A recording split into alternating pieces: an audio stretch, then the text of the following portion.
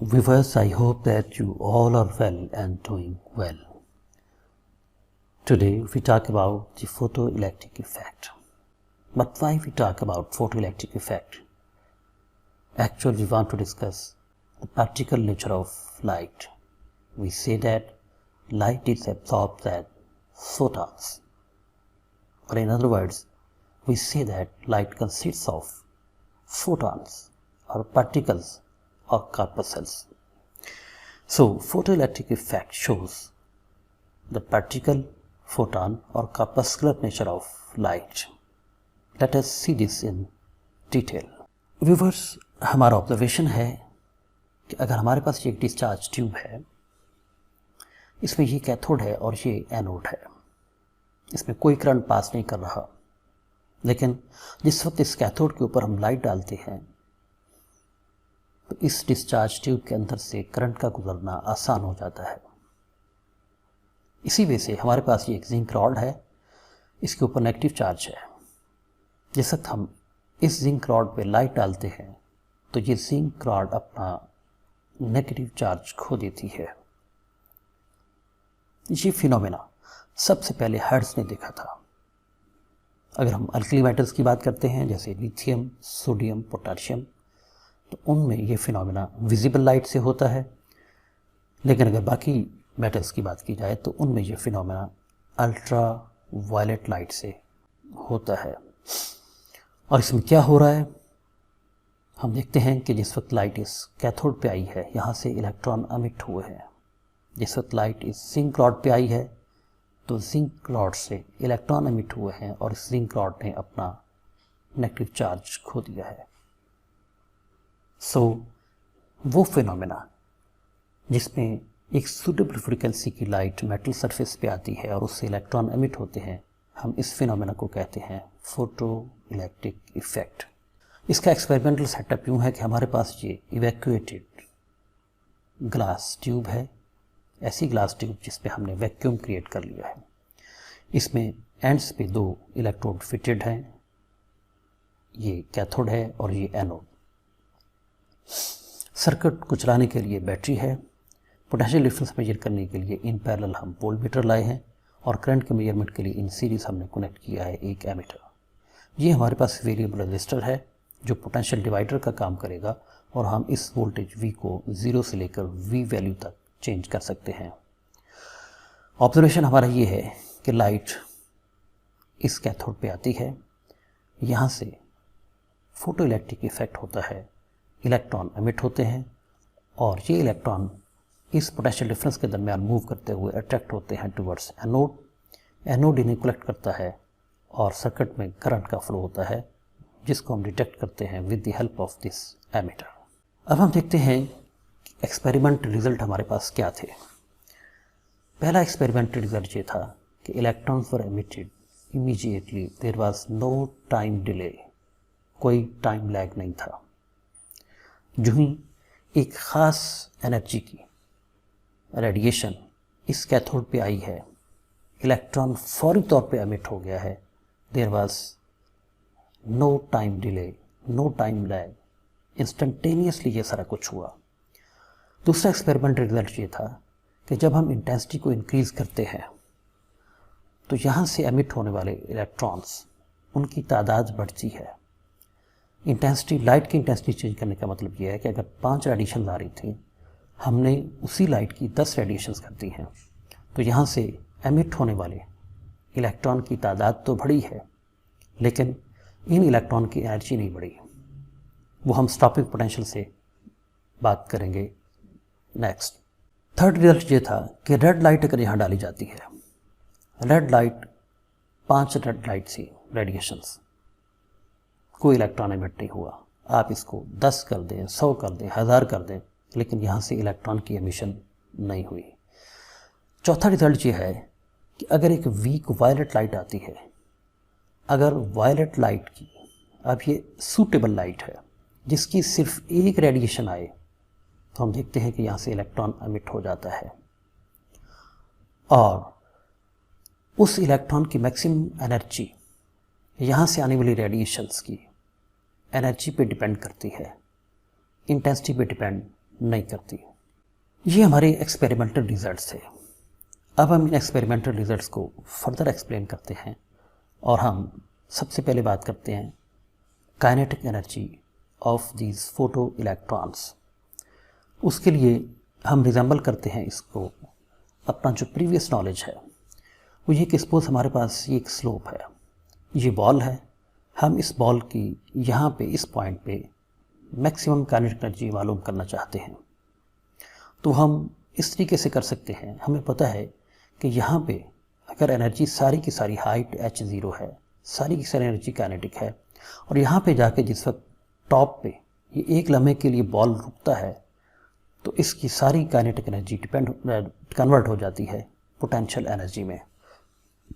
अब ये potential energy हम मालूम कर सकते हैं और इसकी टर्म में हम फिर इस बॉल की काइनेटिक एनर्जी मैक्सिमम की बात कर सकते हैं। उसका तरीका यह है कि हम इस बॉल को ऊपर भेजेंगे, पुश करते हैं, इस डायरेक्शन में हम इसको मूव कराते हैं, ये बॉल यहाँ तक जाएगा फिर वापस आ जाएगा। फिर हम यहाँ भेजते हैं, बॉल यहाँ तक जाता है फिर वापस आ जाता है। हम फिर इसको एक वक्त इतनी एनर्जी देते हैं कि ये बॉल मूव करता करता करता यहाँ पहुँचता है, एक लम्हे के लिए यहाँ रुकता है और वापस आ जाता है। तो इस केस में यहाँ जो इसकी पोटेंशियल एनर्जी है वो mgh के इक्वल है, वो हम कैलकुलेट कर लेते हैं और इस पोटेंशियल एनर्जी की टर्म में हम बात कर सकते हैं कि जितनी यहाँ पे पोटेंशियल एनर्जी है इतनी ही यहाँ पे काइनेटिक एनर्जी मैक्सिमम है। यहाँ पे ये काइनेटिक एनर्जी थी, यहाँ पे ग्रेविटेशनल पोटेंशियल एनर्जी थी। बिल्कुल यही बात करते हैं हम एक इलेक्ट्रिक फील्ड के अंदर एक इलेक्ट्रॉन के लिए। लेकिन उसके लिए सबसे पहले हम बैटरी के कनेक्शंस को रिवर्स कर देते हैं, कैथोड को पॉजिटिव पोटेंशियल दे देते हैं और एनोड को नेगेटिव पोटेंशियल दे देते हैं। और अब यहाँ पे हम इलेक्ट्रॉन्स की इलेक्ट्रिकल पोटेंशियल एनर्जी मालूम कर सकते हैं जिस वक्त वो कैथोड से मूव करते हैं टुवर्ड्स एनोड। इसमें हम विद पैसेज ऑफ टाइम ये करते हैं कि आर की हेल्प से हम वी को चेंज करते जाते हैं, वी को हम बढ़ाते जाते हैं 1 2 3। जिस वक्त हम इस वी को चेंज करेंगे तो हम देखेंगे ये एनोड ज़्यादा नेगेटिव होता जाएगा, ये कैथोड ज़्यादा पॉजिटिव हो जाएगा, क्योंकि हमने बैटरी के कनेक्शन रिवर्स कर दिए हैं। और उसका नतीजा ये होगा कि जो इलेक्ट्रॉन यहाँ पहुँच रहे थे अब उनकी तादाद कम होती जाएगी, करंट कम होता जाएगा। एक पोटेंशियल की वैल्यू ऐसी आएगी जिस पे करंट की वैल्यू 0 हो जाएगी। हम देखेंगे कि वोल्टेज या पोटेंशियल डिफरेंस की वो वैल्यू कौन सी है जिस पे करंट की वैल्यू 0 हो जाती है। हम उस पोटेंशियल डिफरेंस को स्टॉपिंग पोटेंशियल का नाम देंगे, V0 कह देंगे। और हमें पता है कि इस केस में जो एनर्जी इस इलेक्ट्रॉन ने V0 पोटेंशियल डिफरेंस के 2 पॉइंट्स के दरमियान मूव करते हुए अटेन की है, जो इलेक्ट्रिक पोटेंशियल एनर्जी है वो इक्वल है delta U equal Q delta V। और डेल्टा U ये गेन इन पोटेंशियल एनर्जी है और यही अपीयर होगा। अब हम इसकी टर्म में बात कर सकते हैं काइनेटिक एनर्जी मैक्सिमम की।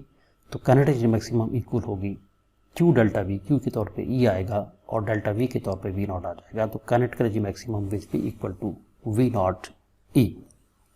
यहाँ पे V0 को हम स्टॉपिंग पोटेंशियल कह देते हैं या रिटार्डेड पोटेंशियल कह देते हैं, जैसे कि यहाँ पे हमने इसको Vs स्टॉपिंग पोटेंशियल से शो किया है। अब जो हमारे यहाँ पे रिजल्ट थे, एक्सपेरिमेंटल रिजल्ट्स, इनको हम शो करते हैं in the form of graph. तो हमारा पहला ही ग्राफ ये बता रहा है कि अगर हमारे पास ख़ास एनर्जी की यहाँ पे 2 रेडिएशन आ रही हैं और यहाँ पे 10 रेडिएशन आ रही हैं, तो इससे यहाँ से एमिट होने वाले इलेक्ट्रॉन्स उनकी एनर्जी पे कोई फ़र्क नहीं पड़ता, क्योंकि स्टॉपिंग पोटेंशियल दोनों के लिए सेम है। अगर यहाँ पे 2 रेडिएशंस की बात करते हैं, इनके लिए स्टॉपिंग पोटेंशियल की भी ये वैल्यू है, तो 10 रेडिएशंस के लिए भी ये है। इसका मतलब है कि यहाँ से एमिट होने वाले इलेक्ट्रॉन उनकी काइनेटिक एनर्जी या स्टॉपिंग पोटेंशियल ये डिपेंड नहीं करता आने वाली लाइट की इंटेंसिटी पे या नंबर ऑफ रेडिएशंस पे। फिर ये डिपेंड किस बात पे करता है, वो इस ग्राफ में शो किया है कि अगर हम आने वाली रेडिएशंस की इंटेंसिटी को चेंज नहीं करते लेकिन रेडिएशंस को चेंज कर देते हैं।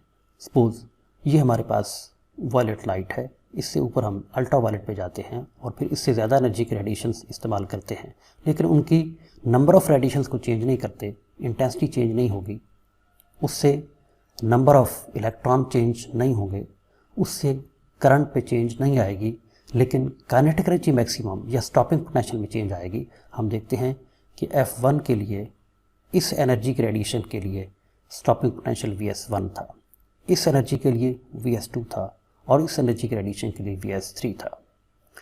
तो ये वही बातें जो हमने यहाँ पे, ये हमारी ऑब्जर्वेशंस थी, एक्सपेरिमेंटल रिजल्ट्स थे, इनको हमने ग्राफ से देखा। अब हम देखते हैं कि क्लासिकल थ्योरी ने फोटो इलेक्ट्रिक इफेक्ट के मुतालिक क्या बात की थी। जी, तो क्लासिकल थ्योरी के अंदर जो पहली प्रिडिक्शन थी क्लासिकल थ्योरी की, उसमें ये कहना था कि maximum kinetic energy of photo electrons वो डिपेंड करती है इंटेंसिटी पे, लेकिन एक्सपेरिमेंटल एविडेंस इसको सपोर्ट नहीं कर रही।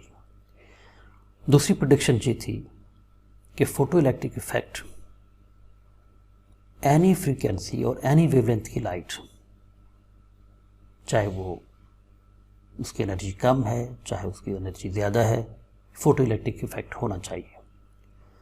और तीसरी प्रेडिक्शन ये थी कि वहाँ पे टाइम डिले भी है, ये कोई इंस्टेंटेनियस प्रोसेस नहीं है। एक्चुअल व्यूवर्स, क्लासिकल थ्योरी ये कहती है कि वेव में एनर्जी पूरी वेव पे फैली होती है, बस फिर एनर्जी को एब्जॉर्ब करने में कुछ वक्त लगेगा, there will be time delay. अब जब इलेक्ट्रॉन मुसलसल एनर्जी एब्जॉर्ब करेगा तो उसका एम्पलीट्यूड बढ़ता जाएगा, हत्ता कि वो मेटल से बाहर आ जाएगा। अब जब लाइट की इंटेंसिटी बढ़ाएंगे, 1 वेव, 2 वेव, 3 वेव, तो इस लिहाज से वो इलेक्ट्रॉन वेव से एनर्जी एब्जॉर्ब करता जाएगा, उसका एम्पलीट्यूड बढ़ता जाएगा और वो ज़्यादा एनर्जी से मेटल से बाहर आएगा। लेकिन इंतहाई एहतियात से किए गए तजर्बात ने इसकी तस्दीक नहीं की।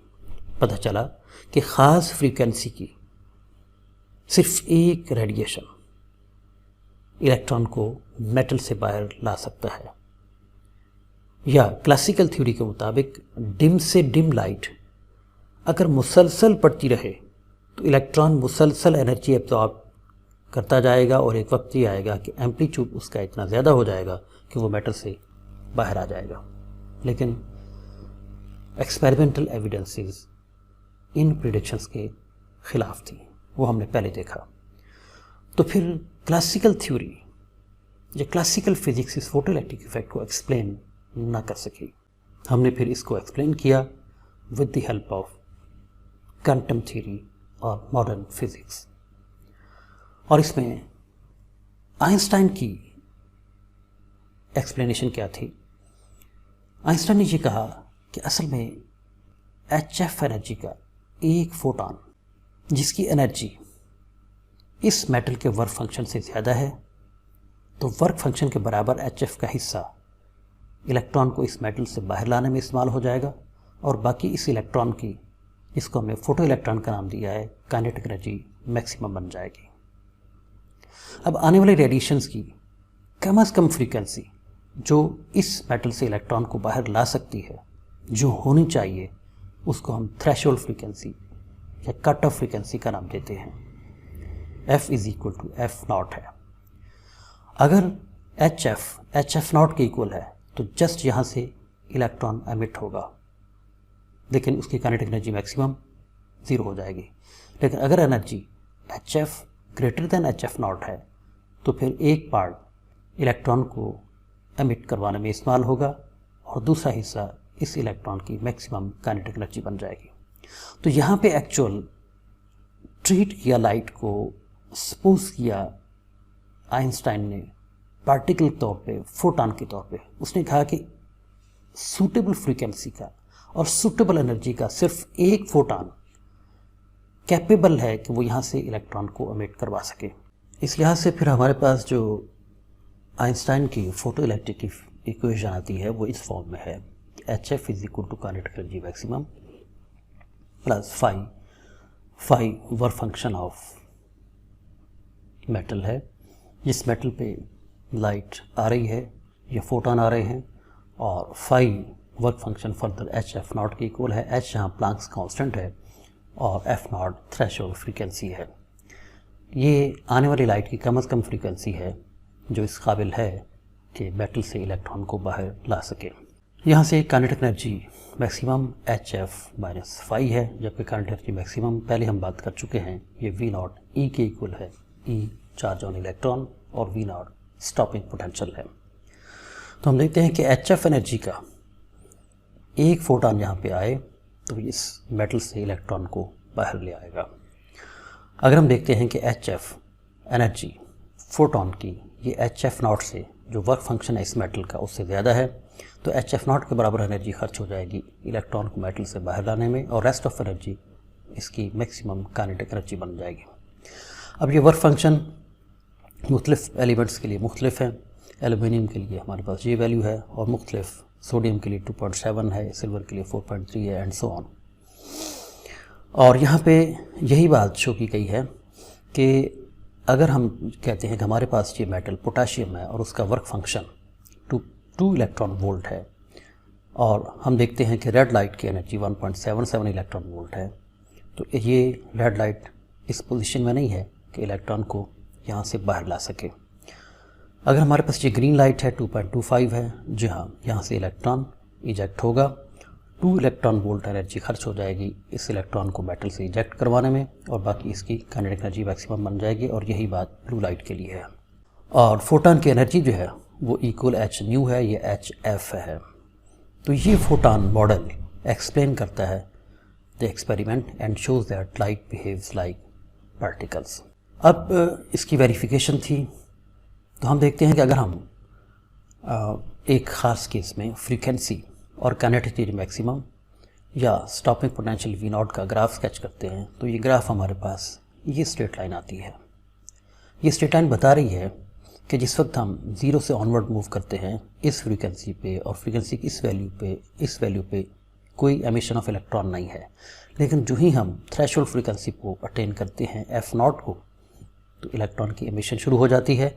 और जिस वक्त एनर्जी एफ नॉट से बढ़ती है, फ्रीक्वेंसी एफ नॉट से बढ़ती है या एनर्जी एच एफ नॉट से बढ़ती है, तो हम देखते हैं कि उसके साथ इलेक्ट्रॉन जो है वो काइनेटिक एनर्जी भी रखता है और काइनेटिक एनर्जी लेके वो मूव करता है। तो यहाँ पे ये ग्राफ हमें इस तरह का ग्राफ मिलता है, और इस ग्राफ में अगर हम स्लोप मालूम करें कोई 2 पॉइंट लेके, सपोज हमारे पास एक पॉइंट ये है और एक पॉइंट ये है, तो यहाँ पे हमारे पास जो फ्रीक्वेंसी है वो f है, और यहाँ पे दूसरी फ्रीक्वेंसी है, इसको f1 कह दें, इसको f2 कह दें, या इन 2 पॉइंट्स की बात करते हैं, यहाँ फ्रीक्वेंसी f है और यहाँ f नॉट है, जैसे कि यहाँ बात की गई है। इसके कॉरस्पॉन्डिंग देखेंगे काइनेटिक एनर्जी मैक्सिमम कितनी है, तो काइनेटिक एनर्जी मैक्सिमम और f माइनस f नॉट इनकी रेशो ली जाए तो हमारे पास इस लाइन की स्लोप है, और इस लाइन की स्लोप एक कांस्टेंट क्वांटिटी होनी चाहिए। ये हमारा प्रीवियस नॉलेज हमें बताता है। तो हम कहेंगे कि इस लाइन की स्लोप एक constant quantity planks constant h के इक्वल है। ये बात थ्योरेटिकली आइंस्टाइन कर चुका है, आइंस्टाइन फोटोइलेक्ट्रिक इक्वेशन की शक्ल में। लेकिन अगर एक्सपेरिमेंटली हम ऐसा कर लें कि हमारे पास फ्रीक्वेंसी और स्टॉपिंग पोटेंशियल जो ग्राफ आता है, इस ग्राफ में इस लाइन की स्लोप मालूम करें, तो इस स्लोप को h के इक्वल होना चाहिए, और ये h इक्वल है v not e over f minus f not के। यहाँ पे हमें जो प्रॉब्लम आ रही थी वो इलेक्ट्रॉन पे एग्जैक्ट चार्ज, एक्यूरेट चार्ज की वैल्यू, वो रॉबर्ट एबिलिकॉन ने जब एक्यूरेट वे से इलेक्ट्रॉन पे चार्ज मालूम कर लिया, तो फिर हम इस पोजीशन में आ गए कि h v not e over f minus f not value हम पुट करके ई की हम h की वैल्यू कैलकुलेट कर लें, और इस ग्राफ से जब हमने ये वैल्यू कैलकुलेट की तो वो exactly as predicted by Einstein Planck's constant h के इक्वल थी। यहाँ पे ये हमारे पास डिस्टेंस x इंटरसेप्ट है, x इंटरसेप्ट हमें देता है थ्रेशोल्ड वैल्यू f नॉट की वैल्यू, और यहाँ पे ये y इंटरसेप्ट है, ये y इंटरसेप्ट हमें वैल्यू देता है वर्क फंक्शन की। यानी अगर हम ये कहते हैं कि इस लाइन पे जब हम मूव करते हैं तो फ्रीक्वेंसी की वैल्यू 0 है। अगर f यहाँ पे 0 हो जाएगा तो kinetic energy maximum minus HF0 हो जाएगी। HF0 ये वर्क फंक्शन है, तो फाई हमारे पास माइनस काइनेटिक एनर्जी मैक्सिमम होगा। तो फिर जिस वक्त हम इस ग्राफ को बैकवर्ड ड्रा करेंगे या एक्स्ट्रापोलेट करेंगे, तो इस केस में हमारे पास जहाँ पे ये टच करेगा इस पोटेंशियल एक्सिस को, यहाँ से यहाँ तक ये वैल्यू y इंटरसेप्ट की है, ये हमें वर्क फंक्शन की वैल्यू देगी। व्यूअर्स, तो फिर क्या इंपॉर्टेंस है आइंस्टाइन की फोटोइलेक्ट्रिक एक्सप्लेनेशन की। एक्चुअल क्लासिकल फिजिक्स का ये कहना था कि ये आने वाली लाइट वेव पे मुश्तमिल है और एनर्जी सारी की सारी वेव पे या वेव फ्रंट पे फैली होती है। फिर अगर फेंट लाइट भी मेटल पे मुसलसल पड़ती रहे तो ये इस पोजीशन में है कि इस मेटल से इलेक्ट्रॉन को बाहर ला सके। लेकिन आइंस्टाइन ने बिल्कुल इसके अपोजिट सोचा। उसने कहा कि आने वाली लाइट वेव पे मुश्तमिल नहीं है। We switch on from wave nature to particle nature. ये आने वाली लाइट पार्टिकल्स यानी फोटॉन्स पे मुश्तमिल है, और फोटॉन जिस वक्त ख़ास फ्रीक्वेंसी और ख़ास एनर्जी के साथ सिर्फ एक फोटॉन भी आ जाए तो वो इस पोजीशन में है कि इस मेटल से इलेक्ट्रॉन को बाहर ला सके। तो आइंस्टाइन की फोटोइलेक्ट्रिक एक्सप्लेनेशन की इम्पोर्टेंस ये है कि हम लाइट की वेव नेचर से लाइट की पार्टिकल नेचर पे आए हैं। नेक्स्ट देखते हैं फोटोइलेक्ट्रिक इफेक्ट की कुछ एप्लीकेशन। इसमें एक एप्लीकेशन सन टैन या स्किन टैनिंग है, जिसमें हम देखते हैं कि धूप में जाने से रंग जो है वो फीका पड़ जाता है या सांवला हो जाता है। ये क्यों होता है? क्योंकि शॉर्टर वेवलेंथ के फोटॉन लाइट के अंदर मौजूद हैं और वो केमिकली रिएक्ट करते हैं हमारी स्किन में मौजूद मॉलिक्यूल्स के साथ। लेकिन लॉन्ग वेवलेंथ की विजिबल लाइट से ऐसा नहीं होता। इसलिए लोग इन शॉर्ट वेवलेंथ की अल्ट्रावायलेट लाइट से बचने के लिए या स्किन टैनिंग या सन टैन से बचने के लिए सन स्क्रीन का इस्तेमाल करते हैं। तो ये हमारे पास एप्लीकेशन है एक फोटोइलेक्ट्रिक इफेक्ट की, जिसमें हमारी स्किन के अंदर मौजूद एटम्स और उनका केमिकल रिएक्शन होता है शॉर्ट वेवलेंथ अल्ट्रावायलेट के साथ, लेकिन ऐसा कोई रिएक्शन विजिबल लाइट के साथ नहीं होता। इसी तरीके से एक और एप्लीकेशन फोटो मल्टीप्लायर ट्यूब की है। ये एक सेंसिटिव डिवाइस है फॉर डिटेक्टिंग लाइट। यहाँ से लाइट फोटॉन आ रहे हैं। ये हमारे पास फोटो कैथोड है जिस पे लाइट आई है और वहाँ से इलेक्ट्रॉन एमिट हुए हैं। अब इन इलेक्ट्रॉन की इंटेंसिटी इतनी नहीं है, तो उसके लिए हम ये अरेंजमेंट लाए हैं। फोटो मल्टीप्लायर ट्यूब के अंदर हमने ये डायनोड्स यहाँ पे रख दिए हैं और हर रे का पोटेंशियल पहले से ज़्यादा होता जा रहा है। इसका पोटेंशियल कम है, इसका पोटेंशियल ज़्यादा है, इसका पोटेंशियल और ज़्यादा है। तो हम देखते हैं कि इलेक्ट्रॉन एक्सेलरेट होंगे, इस सरफेस पे जाएंगे जहाँ से फिर इलेक्ट्रॉन निकलेंगे, वो इस सरफेस पे जाएंगे, वो फिर मल्टीप्लाई होंगे। इस तरीके से हमें आखिर में एक सिग्निफिकेंट पल्स मिल जाएगी जो बताएगी कि यहाँ पे लाइट मौजूद है। तो ये एक सेंसिटिव डिवाइस है जिससे हम डिटेक्ट कर सकते हैं आने वाली लाइट को। इसकी और फर्दर एप्लीकेशन भी हैं जो मुख्तलिफ बुक्स में आप देख सकते हैं, नेट से भी हेल्प ले सकते हैं। बहरहाल आज के लिए इतना ही। Good bye.